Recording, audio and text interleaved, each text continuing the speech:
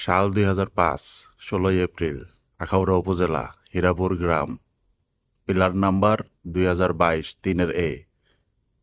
দাদাদের সাথে আমাদের তুমুল লড়াই শুরু হয়ে যায়। ৪ ঘন্টা চলে সেই লড়াই। ফলাফল, আমাদের একজন আহত হয় নাই, তাদের ২ জন ডেড, তাও আবার কোম্পানি কমান্ডার সহ।